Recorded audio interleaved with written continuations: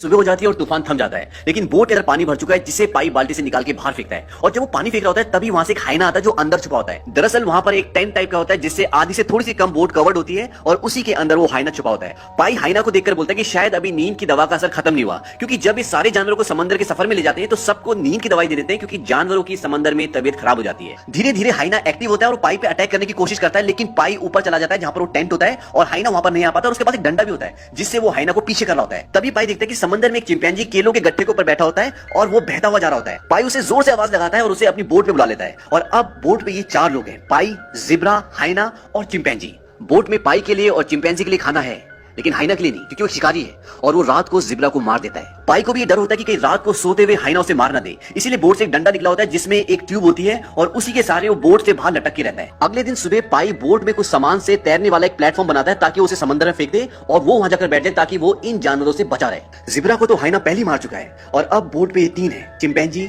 हाइना और पाई।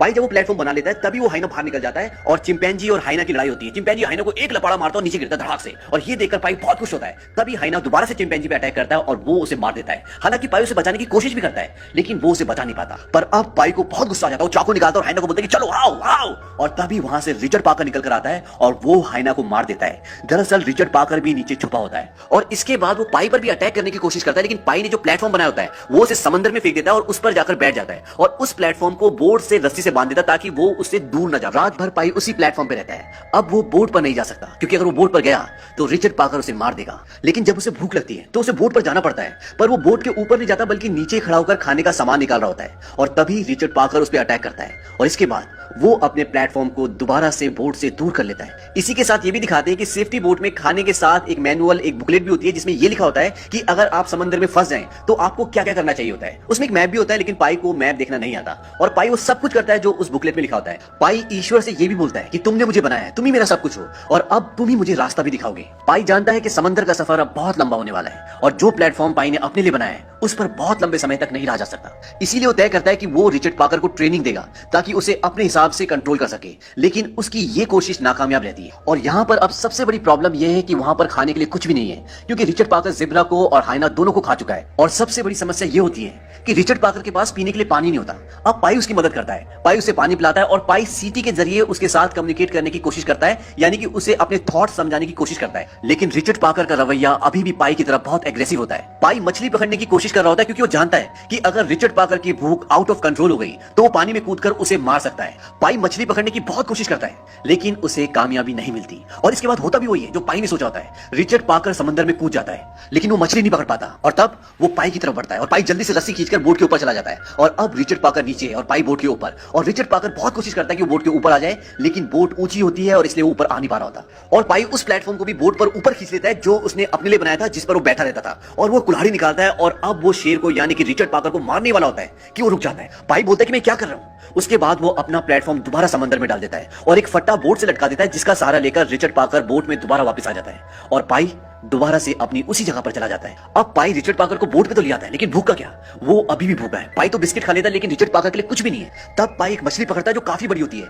और उसे कुल्हाड़ी से मार देता है। उसे मारने के बाद वो बहुत रोता है क्योंकि वो एक शाकाहारी है और वो किसी भी जीव हत्या के खिलाफ है। लेकिन इसके अलावा पाई के पास और कोई ऑप्शन नहीं होता। वो बोलता है थैंक यू भगवान विष्णु, मछली के रूप में आकर हमारी जान बचाने के लिए, और वो मछली वो रिचर्ड पाकर को दे देता है। अब रात हो जाती है और रात को एक बहुत बड़ी व्हेल मछली उनकी बोट के पास आती है और वहीं पर एक जंप लगाती है। जंप लगाने से पानी बहुत जोर से हिलता है और जो प्लेटफॉर्म पाई ने अपने लिए बनाया था वो पूरी तरह से हिल जाता है और उसी प्लेटफॉर्म पर उसका सारा खाना और पानी होता है और वो सब का सब समंदर में बह जाता है। और अब पाई के पास ना खाने के लिए कुछ है ना पीने के लिए पानी है। अगली सुबह पाई बोट पर कुछ लेने के लिए आता है क्योंकि उस वक्त रिचर्ड पाकर अंदर होता है और जब वो बोट के ऊपर आता है तो उसी वक्त रिचर्ड पाकर बाहर आ जाता है। तभी पाई से एक मछली टकराती है और वहां पे गिर जाती है। उस मछली को पाई उठाता है और रिचर्ड पाकर की तरफ फेंकता है, बोलता है कि ये तुम्हारे लिए है, और जैसे ही उसकी तरफ फेंकता है वो मछली उड़ के भाग जाती है। दरअसल ये उड़ने वाली मछली होती है। अब रिचर्ड पाकर और पाई दोनों उस मछली की ओर देख रहे होते हैं। तभी वो दूसरी तरफ देखते हैं कि वहां से एक बहुत बड़ा मछलियों का झुंड उड़ते हुए उनकी तरफ आ रहा होता है और जब वो झुंड उनकी बोट के आगे से गुजरता है तो बहुत सारी मछलियां उनकी बोट में गिर जाती है और एक बड़ी मछली जो उन मछली को खाने आ रही होती है वो भी उनकी बोट में गिर जाती है। उस मछली को रिचर्ड पाकर खाना चाहता है, लेकिन उससे वो पाई छीन लेता है, बोलता है कि मेरी है,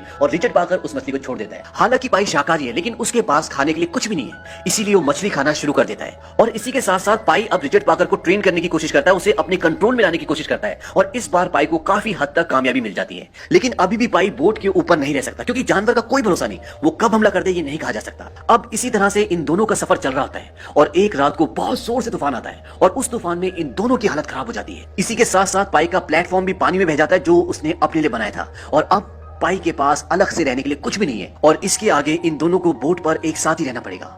कुछ दिन बीते हैं और इन दोनों की हालत खराब हो जाती है। रिचर्ड पाकर भी अब एक ही जगह लेटा होता है, वो हिल भी नहीं रहा होता। पाई उसके पास जाता है, उसका सिर अपनी गोद में रखता है और बहुत रोता है। वो कहता है कि रिचर्ड पाकर हम मर रहे हैं। लेकिन शायद किस्मत ने, ईश्वर ने इन दोनों के लिए कुछ और ही सोच रखा था। एक सुबह जब पाई की आंखें खुलती है तो वो देखता है कि उनकी बोट एक टापू के किनारे पर होती है। पाई उस टापू पर उतरता है, कुछ जंगली सब्जियां खाता है और वहां से आगे जाता है। और जब वो आगे जाता है तो उस टापू पे हजारों नेवले होते हैं, और वहीं पर बीच में एक झील होती है, और पाई उस मीठे पानी की झील में जाकर नहाता है। तभी वहां पर रिचर्ड पाकर भी आ जाता है, जो नेवलों को खाकर अपना पेट भरता है। शाम को पाई पेड़ के ऊपर सोने के लिए अपना इंतजाम कर रहा होता है। तभी वो देखता है कि सारे नेवले जितने भी उस टापू में होते हैं वो सब के सब पेड़ों पे चढ़ जाते हैं, और रिचर्ड पाकर भी भागकर नाव में चला जाता है। पाई को कुछ समझ में नहीं आता, लेकिन रात को जब पाई की आंखें खुलती है और वो तालाब में देखता है तो वहां पर जितनी भी मछलियां होती है वो सब मर चुकी होती हैं, और वो सब की सब पानी में गल रही होती हैं। इसके बाद ये दिखाते हैं कि पाई जिस पेड़ पे बैठा होता है उसी पेड़ पे उसके सिर के ऊपर एक फल लगा होता है, लेकिन वो फल नहीं होता। पाई जब उसे खोलता है तो उसके अंदर इंसान का एक दांत होता है, और पाई समझ जाता है कि ये आइलैंड एक आदमखोर आइलैंड है। दरअसल उस आइलैंड का रात को जितना भी पानी था वो सारा एसिड में बदल जाता था, और पानी में जितनी भी मछलियां होती थी वो सब मर जाती थी और वहीं पे गल जाती थी। और इसी कारण से वहां पर जितने भी नेवले थे वो सारे के सारे पेड़ों पे चढ़ जाते थे, और रिचर्ड पाकर भी भागकर नाव में चला जाता था, क्योंकि रात को जो भी वहां रहेगा उसे सिर्फ मौत मिलेगी।